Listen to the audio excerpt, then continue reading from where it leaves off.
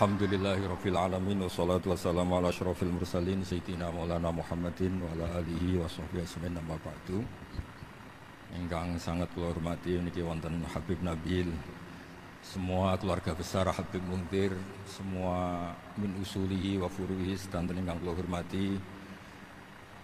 Ingkang terhormat Habib Ahmad Bahar, Habib Ja'far Al-Attas, niki wonten Profesor Nazaruddin, wonten Pak Muzani, wonten Mas Nusron sedanten ingkang kula hormati. Yang spesial, saya ini punya dua permintaan. Satu, jangan diundang lagi. Dua, saya minta maaf kalau yang ingin ngundang, mohon nggak usah diteruskan. Saya akan cerita yang ilmiah. Saya terima kasih tadi sama Habib Abdullah bin Ja'far sama Ustadz Hasan Saifur Rijal. Begini, kenapa saya banyak dikutip para narasumber? Karena saya ini jenis kiai yang otoritatif. Jadi saya ini karena nggak menteri, sehingga kalau belajar itu serius sekali. Ya alhamdulillah ini ada Pak Muzani, orang yang bisa ngelantik seseorang jadi presiden. Masih punya utang satu, bisa nggak ngelantik kita jadi ahli surga? Begini, kalau cerita ilmiah, nanti saya baca hadisnya. Ada kelebihan kita jadi manusia itu justru karena ketidaktahuan kita. Kita tentu hingga detik ini tidak melihat surga langsung, tidak melihat neraka langsung, apalagi melihat Allah Subhanahu wa Ta'ala. Tapi selalu ada teori, dan ini dibenarkan oleh semua ulama, karena ini nas itu mansus. Gini, itu diantara kelebihan Rasulullah SAW adalah diutus kafatalin nas, untuk semua orang. Sehingga ada orang ditanya, dengan apa kamu tahu kalau Tuhan itu satu? Orang ini dengan enteng menjawab, innal isnaini, angka 2, 3, 4 dan seterusnya, nisbatu dzalika ilal wahid nisbatul far'i ilal asli. Jadi segampang itu nerangkan ayat qul huwallahu ahad, Allah itu satu. Karena angka itu 2, 3 sampai 1 miliar 1 triliun, nisbatu dzalika ilal wahid nisbatul far'i ilal asli. Semua itu asal usulnya satu. Begitu juga begitu gampangnya Syekh Nawawi Al-Bantani menerangkan kenapa bismillah itu dimulai ba. Huruf hijaiyah kan alif, tapi kalau bismillah dimulai dari satu ba. Ba itu ada titik satu. Anda gambar kambing, gambar apa saja, gambar Anda entah baik entah jelek, itu tetap dimulai satu titik. Nah, satu titik ini disebut nuqtatil wujud, asal usul wujud. Sebab itu kitab I'anatul Thalibin, tadi Habib Nabil cerita sanad-sanadnya Mbah Mun. Sebetulnya kalau boleh angkuh, yang berhak cerita itu saya, karena kitabnya milik saya. Tapi beliau tak kasih terus cerita, ya alhamdulillah. Ada penyambungnya. Nanti tak kasih lagi beliau. Ya memang yang paling berat beliau karena turunannya itu. Tapi kitabnya dari saya, jadi ya satu-satu lah. Kitab I'anatul Thalibin itu dikarang oleh ulama top, namanya Sayyid Abi Bakar Syato. Beliau punya murid yang sangat terkenal di Indonesia, namanya Syekh Mahfud At-Turmusi. Syekh Mahfud ini punya murid, diantaranya yang paling terkenal tentu Mbah Hashim sama Mbah Ahmad Dahlan, pendiri Muhammadiyah. Jadi kemudian kitab I'anah ini populer sekali untuk menerangkan fikih-fikih di Indonesia. Termasuk cerita bahwa wujubul jihad itu wujubul wasail lal maqasid. Jadi jihad itu wajib, itu wujubul wasail lal maqasid. Saya mencari di syarah. Sekiranya dakwah itu bisa tidak dengan jihad, dengan pengajian kayak Majelis Rasulullah, kayak Majelis Nurul Mustafa, kayak kiai kampung, itu sudah cukup, karena sudah isolul maksud, orang sudah menjadi kenal Allah Subhanahu wa Ta'ala. Sebab itu ketika Sayyidina Ali diutus di beberapa peristiwa, termasuk di Khaybar, Sayyidina Ali didhawuhi la ayyahdiyallahu bika rajulan wahidan khairan laka min humrin na'am. Ada satu saja yang Islam karena kamu itu lebih baik daripada kemenangan. Nah, kemudian ini supaya otoritatif, menghormati masjid ini, Masjid Istiqlal, masjid yang luar biasa bersejarah. Saya baca keterbatasan kita, tapi ini menjadi kelebihan. Ini hadis di Shahihul Bukhari. Nanti sebagai cirinya saya tinggal supaya ini tadi otoritatif tadi supaya semuanya pakai sanad. Ini hadis dari Sahihul Bukhari sehingga Anda tidak perlu tanya ini sahih apa enggak. Karena ini di Sahih Bukhari ikutnya nomor hadisnya itu 6408. Monggo kalau mau dihafal. Biasanya jenengan kan hanya hafal Arba'in Nawawiyah. Ini hadis ini nomor 6408. Ada keterbatasan yang akhirnya menjadi kelebihan kita, yaitu kita tidak tahu Allah Subhanahu wa taala. Suatu saat para malaikat ditanya, apakah mereka yang membaca tasbih di sini misalnya di Istiqlal ini ngerti saya, kata Allah. Kata malaikat tidak tahu. Fayaqulu hal ra'auni. Qal fayaqulu la wallah ma ra'auka. Qal fayaqulu kaifa la ra'auni. Yaquluna wa asyadda laka ibadatan wa asyadda laka tamjidan wa aktsara laka tasbihan. Andaikan manusia itu ngerti engkau ya Allah, maka tasbih mereka ini akan lebih dari kita. Saya beri contoh, ini terutama untuk dzurriyyah Rasulullah SAW. Nabi itu manusia, basar, tapi lakal basar. Nabi ketika muji Allah SWT ini supaya kalau sholat dengan hayati. Misalnya pertama muji begini, lakal hamdu mil'us samawati wa mil'ul ardi. Kebanyakan di Jawa memang baca pakai rofaknya mil'u, tapi di beberapa sanad dibaca mil'a, itu urusan i'rab lah. Engkau itu saya puji seluas langit dan bumi, seluas langit dan bumi. Seluas langit dan bumi itu enggak keren, karena langit ini tetap mahsurah, as-samawat ini apapun luasnya langit itu tetap terbatas. Bumi apapun luasnya juga terbatas. Apa yang diteruskan oleh Rasulullah SAW? Wa mil'u ma syi'ta min syai'im ba'd. Dan pujian saya ini ya Allah sesuai kehendakmu, sejumlah kehendakmu, karena ini yang tidak terbatas. Begitu juga ketika Nabi dengan keterbatasan sebagai manusia, bukan sebagai habibullah, atas nama manusia. Nabi itu punya dua sisi, kadang sebagai basar, kadang sebagai habibullah. Dan sama-sama penting untuk mengawal Islam ini. Saya ulang lagi, sama-sama penting untuk mengawal Islam ini. Ketika Nabi sebagai basar ngendikan begini, la nufsitan Allahumma lakal hamdu hamda yuwafi ni'amaka, misalnya pakai mukhatab, wa yukafi mazidak. Saya memuji engkau ya Allah dengan pujian yang sesuai jumlah nikmatmu, wa yukafi mazidak, dan bisa berserasian dengan tambahan-tambahan nikmatmu. Tapi apapun luasnya nikmat itu terbatas, sehingga Nabi nambahi, la ukhsi thana'an alita anta kama athneta ala nafsik. Saya muji ini tidak terhitung, sama sejumlah pujian yang engkau lakukan. La ukhsi atau la nukhsi thana'an alika anta kama athneta ala nafsik. Sehingga ini kreasi-kreasi Bani Adam yang malaikat itu tidak bisa. Saya ulang lagi, ini kreasi-kreasi Bani Adam yang bakat malaikat itu tidak bisa. Ini saya baca di kitab Fathul Bari, ini sarahnya kitab Bukhari. Kata Imam, ini saya ulang lagi, ini kata Imam Ibnu Hajar al-Asqalani, pensarah terbaik Bukhari. Jadi Sahihul Bukhari itu punya sarah paling terkenal namanya Fathul Bari. Itu gurunya Syekh Zakaria Al-Ansari. Syekh Zakaria itu dikenal sebagai Syekhul Islam. Itu berkahnya punya guru alim banget, kereng. Ibnu Hajar al-Asqalani itu kereng itu keras. Kalau muridnya ada bisa itu keras sekali, tapi urusan ngaji saja. Terus punya murid itu pinter sekali, namanya Ibnu Hajar al-Haytami. Jadi beliau kalau mau ngaji ya susah, karena gurunya tuh alim nyuruh baca. Kalau mau ngajar ya susah, muridnya tuh alim, takut salah. Jadi akhirnya pinter. Orang punya murid alim alama itu kan bingung. Makanya saya tidak suka kalau Profesor Nazar ngaji saya, nanti ngoreksi repot. Sudah gitu Islamnya beliau formal karena Menteri Agama, saya non formal. Lama-lama Islamnya beliau legal, saya ilegal. Kan jadi repot nanti. Makanya tadi tak bully, tak cocokkan. Kalau jenengan Menteri Agama sampai akhirat berarti top. Tapi kayaknya di akhirat saya yang ngelamar jadi Menteri Agama. Tidak ada, ini nggak penting. Ini hanya gojlokan saja supaya kelihatan bahwa menteri pun juga warga Indonesia.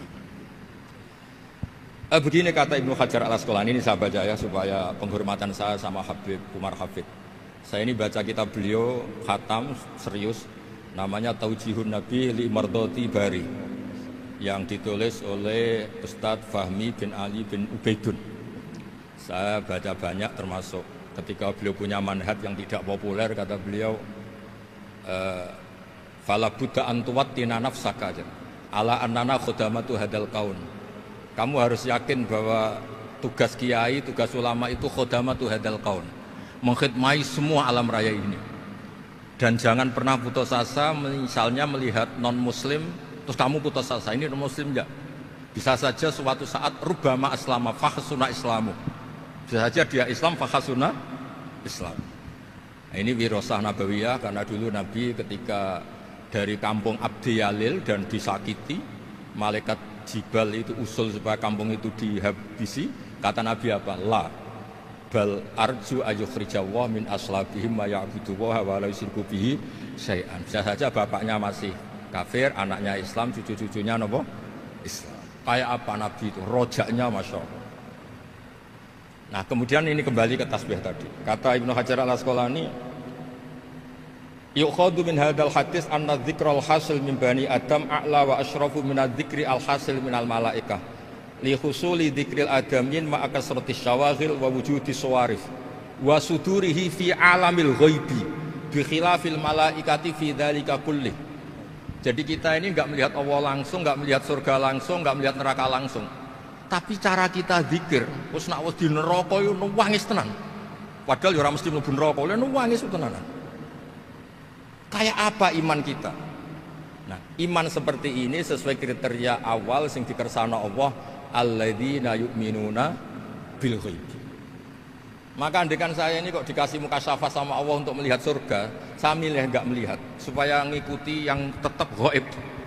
Nanti kalau saya melihat langsung kemudian iman, kata Allah, akeh tunggali aku iman mau melihat itu. Jadi kadang-kadang keterbatasan kita ini penting. Makanya masyhur Nabi pernah ngendikan tuba liman ro'ani wa amanabi, tapi wa tuba liman lam yaroni wa amanabi. Kalau orang melihat saya kemudian iman itu biasa. Ini orang zaman akhir tidak melihat saya tapi iman. Kadang-kadang itu enggak lewat Habib yang ganteng itu, enggak lewat Mudin. Mudin di kampung rapati di duwe, ngono iku mulang tauhid ya mandi. Islam itu digawa Habib ya mandi, digawa menteri ya mandi, digawa Mudin ya mandi. Karena Islam itu kafatal, napa kafatal. Nah yang enggak dipunyai malaikat adalah tadi seperti cerita saya tentang Imam Amudi. Segampang itu. Makanya di tradisi pondoknya Mbah Maimun itu ada tradisi qaddimid dirayah ala riwayah. Logika riwayat itu penting karena itu menjadi nyaman. Ya kayak tadi, Allah itu satu. Ketika kita berpikir angka 2, 3 sampai sekian miliar, sekian triliun, nisbatu dzalika ilal wahid, nisbatul far'i ilal asli. Semua itu dibanding angka 1 adalah cabang. Gambar kayak apa ruwetnya, dinisbatkan asal usulnya mesti satu nuktoh, yaitu satu titik. Nah satu titik ini kata pengarang I'anatul Thalibin, bi kana makana wa bi yakunu maya. Nah kemudian terakhir ini enggak boleh lama-lama. Kalau lama-lama nanti sampean pinternya nyanyi saya. Jadi sudah itu. Tapi enggak apa-apa lah. Saya ini termasuk kiai yang sudah diundang. Ini termasuk Pak MPR, enggak boleh ngundang saya. Pak Nusron apalagi enggak boleh. Itu kalau di kampung sama saya hormat, kalau di sini kok kayak menteri gitu. Menteri betul tapi. Lah gurunya dia itu teman saya gitu. Jadi tanya ini kalau enggak percaya. Makanya kalau sama saya beliau cium tangan, saya sebetulnya ya nggak siap dicium tangan menteri itu nggak siap. Apalagi dihormati Pak Nazar nggak siap lah. Nanti dikira minta haji malah repot. repot. Saya ini tadi bisik-bisik itu urusannya ilmu tasawuf, ya ada urusannya dengan haji ndak. Cocokan. Kenapa beliau suka ilmu tasawuf? Saya kan sering lihat beliau ceramah di TV. Katanya obat Gus obat. Orang kalau belajar tasawuf kan kepenak itu. Kayak wis ahli swarga kan kepenak di tasawuf itu kan mang. Sekarang saya cerita tentang ini karena bidang yang saya tekuni. Ada kitab tentang ulumul Quran namanya Al-Mufradat fi Gharibil Quran, dikarang oleh Ar-Raghib Al-Asfihani. Ini kitab luar biasa. Di situ hanya cerita lafat-lafat per kata. Saya tadi sebelum kesini ngajar dulu di pondoknya Beki, Baitul Qurannya Pak Kures. Karena memang saya termasuk pengajar di sana. Artinya kalau saya sering ke situ jangan iri, memang saya termasuk pengajar di sana. Termasuk pengajar yang keren maksudnya. Keren itu artinya pakai referensi, bukan asal. Begini kata kitab itu. Rasulullah SAW itu kan punya nama Muhammad, orang yang banyak sikapnya atau semua sikapnya terpuji. Termasuk ketika sebagai manusia, sama kita termasuk ketika sebagai apa? Manusia. Sebagai manusia aja Nabi gak pernah salah. Begini kata kitab itu. Nabi-nabi yang keren-keren itu, sama lihat di ahaditsus syafa'ah, itu masih egois. Ketika ada haulul mauqif, ada prahara mauqif, itu semua Nabi bilang nafsi, nafsi, nafsi, nafsi. Ketika dimintai syafaat bilang nafsi, nafsi. Tapi Rasulullah SAW itu beliau ngendikan ummati, ummati.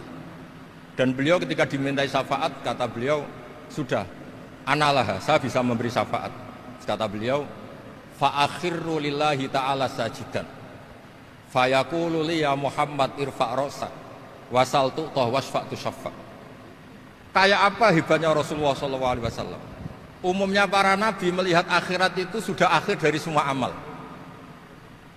Itu menurut Nabi Muhammad gak keren. Allah itu gak bisa didikte akhirat. Allah itu Tuhan, tetap yaf'alu ma yasha.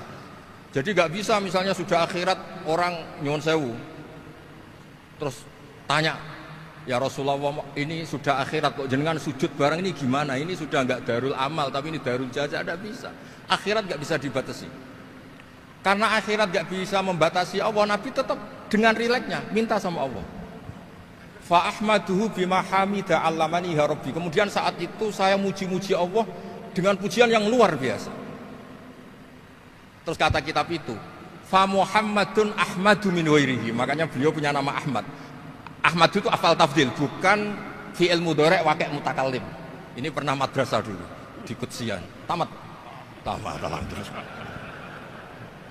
Beliau kalau di rumah hormatnya tidak kayak tadi, lebih dari itu. Tadi di sini pejabat terus. Sembrono di sini itu kenapa itu. Ya tapi nggak apa-apa itu. Tadi sudah dipuji, akhlaknya baik, apa-apa baik, alhamdulillah. Fa Muhammadun ahmadu min ghairihi. Ketika para nabi nggak bisa muji Allah di mahsyar, bahkan mereka itu nyuwun sewu egois, hanya mikir diri sendiri, nafsi-nafsi. Rasulullah Muhammad ini punya nyali untuk muji Allah dan tetap mengajukan permohonan apa? Disebut fa Muhammadun ahmadu min ghairi. Sampeyan lihat di Bukhari, di Muslim. Fa ahmadu fi mahamida 'allamani ya rabbi. Tetap muji-muji Allah. Nah, bukti bahwa teori saya benar dan otoritatif adalah yang enggak bisa hilang di surga itu juga wiridan. Ketika kita masuk surga, apa kita kegiatannya? Da'wahum fiha subhanakallahumma wa tahiyyatuhum fiha salam wa akhiru da'wahum alhamdulillahi rabbil alamin. Nah, kemudian ini juga yang terus kemudian dinyatakan al-baqiyatus sholihat. Ini kalimat-kalimat yang abadi. Karena apa? Di dunia ya kita bilang subhanallah alhamdulillah, di akhirat dia bilang subhanallah. Kayak apa kerennya kita sebagai Bani Adam? Nah, makanya disebut alladzina yu'minuna bil ghaib. Wong tidak melihat Allah, tidak melihat surga, tidak melihat neraka, tapi iman kita ini kayak iman sing musyahadah. Iman sing hakul yakin, ainul yakin. Kenapa demikian? Ya karena tadi kita diajari terus menerus oleh Rasulullah SAW. Yang terakhir saya cerita mukjizat. Ini juga terkait dengan betapa mudahnya hadad din ini di logika, dicerna. Kata Rasulullah SAW, sabda Nabi di hadis, salang lagi ini hadis sahih di bab awal Fadailul Quran di Sahihul Bukhari. Dicek kalau nggak percaya dicek. Ma minal anbiya'i nabiyyun illa u'tiya minal ayati ma misluhu amana alaihil bashar. Wa innama kana alladhi utitu wahyan awhahu wa hu ilayya fa arju an akuna aktsarahum tabi'an yaumal qiyamah. Enggak ada nabi kemudian kecuali dikasih wahyu, dikasih mukjizat. Dan mukjizat ini dahsyat sehingga orang itu dipaksa iman. Kayak Nabi Soleh, ada unta besar keluar dari batu. Nabi Musa punya tongkat dipukulkan ke Laut Merah langsung apa? Menyibak jadi daratan. Tapi kata Nabi Muhammad SAW, saya itu tidak punya mukjizat kayak itu, juga gak ingin. Saya ini dikasih mukjizat Al-Quran. Dan saya berharap karena mukjizat Quran ini adalah terus kemudian umatku menjadi yang terbanyak ila yaumil ya.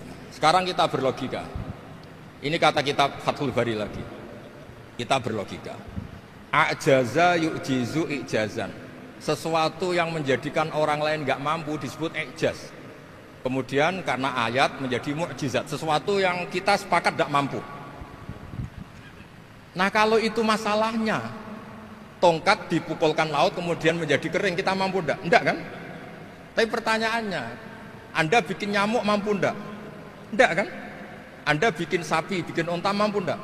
Enggak kan? Makanya Nabi Muhammad SAW cukup, sudahlah kamu itu manusia, bahkan sekedar menciptakan lalat itu enggak bisa. Inna wuhala yastahi ayyadriba masalam ma'aba'udatan. Kemudian mukjizat ini sama Nabi dicontohkan hal-hal yang keseharian kita. Wa min ayatihil lailu wan naharu wasyamsu wal qamar. Sekarang peristiwa laut dibelah Nabi Musa dengan matahari yang enggak pernah turun mesin, itu keren mana coba? Keren matahari yang enggak pernah turun mesin. Terus kata Ibnu Hajar Al-Asqalani, li'annal mu'jizat al-madiyah kanat khisyatan tusyahadu bil absor kana qati soleh wa asa Musa wa mu'jizatul Qur'an tusyahadu bil basirah fakana man yattabi'uhu atau yatba'uhu li ajliha aksar fa innal ladhi yusyahadu bil absor yang qaridu bingkiradi musyahidihi wal ladhi yusyahadu bil basirah bakin, ya saya ulang lagi, bakin, ya bagian terus disaksikan orang sing ja'a badal awali mustamirran. Begini logikanya. Mukjizat kayak nakoti soleh atau Asa Musa yang terkenal. Saya andaikan jadi umatnya Nabi Musa terus dikasih tongkat itu, terus bisa apa coba? Ketika kita punya utang disuruh nyaur ya nggak bisa dipakai jaminan kan. Sudah gitu orang tanya ini asli apa enggak? Kalau asli buktikan, kan ya repot. Tapi kalau kita jadi umatnya Rasulullah SAW ditunggoni Quran, punya banyak masalah resepnya sabar. Kalau nggak bisa sabar ya nyari kiai-kiai tukang ijazah anak menodungannya mandi. Karena orang mensifati Allah itu macam-macam.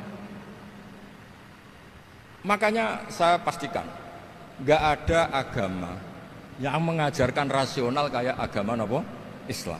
Makanya liqaumi yaqilun liqaumi yatafakkarun. Coba misalnya nyamuk. Kamu bikin nyamuk tidak bisa kan? Nyamuk punya organ tubuh kecil, organ tubuhnya punya urat. Kamu mikirnya kayak apa? Sekedar bikin patungnya saja tidak bisa, apalagi bikin nyamuk. Jadi untuk mengakui kudrohnya Allah yang tidak terbatas dan kita lemah, itu tidak usah nunggu peristiwa kayak terbelahnya laut. Cukup wa ma min dabbatin fil ardi wala ta'ir yatiru bi janahihi illa umamun amsalukum inna fi khalqis samawati wal ardi wakhtilafil laili wan nahar, seterusnya la ayatil liqaumi yaqilun. Nah, gara-gara pola yang diajarkan Nabi itu ila yaumil qiyamah orang tetap Islam karena nyaman dengan kepastian mukjizat ini baqiyah ila yaumil qiyamah. Itu kayak apa baiknya Nabi? Makanya saya suka tadi burda yang dibaca. Ada ulama kayak Muhammad bin Said Al-Busiri yang ngarang burda. Itu kalau berpikir itu sederhana. Ngeten lho Gusti, malah nerangno pangeran. Lama da'awu da'ina li ta'ati bi akramir rusli kuna akramal umami. Ngeten lho Gusti, karena Rasul Muhammad itu terbaik, ya logikanya umatnya juga terbaik. Jadi lama da'awu da'ina li ta'atihi bi akramir rusli mesti kuna akramal umami. Jadi burda ini saking manjanya sama Allah sampai bilang gini. Wala yadi ka Rasulullah jahu kabidal karimu tajalla bismimun takim. Ya Allah, engkau telah menamai Nabi engkau itu Raufur Rahim, yang penuh kasih sayang, yang sohibus syafa'ah. Maka ketika engkau ingin nyiksa kami dengan alasan engkau ini al-muntakim, dat yang bisa nyiksa orang maksiat, jenengan harus ingat ya Allah bahwa Nabi kita itu Nabi yang kau gelari Raufur Rahim. Ya kalau gitu jangan jadi nyiksa. Terus gunanya apa digelari Raufur Rahim ra iso nyafaati gitu. Itu jenenge wala yadi ka Rasulullah jahu kabi idal karimu tajalla bismillah. Terus fa inna min judika dunya wa darataha wa min ulumika ilmal lauhi wal qalam. Dan itu juga yang dibuktikan Rasulullah SAW. Sampai beliau ngendikan likulli nabiyyin da'watun mustajabah wa akhtabi da'wati syafa'atan ummati yaumal kiamah. Semua nabi itu punya doa yang mustajab dan semuanya sudah dipakai di dunia.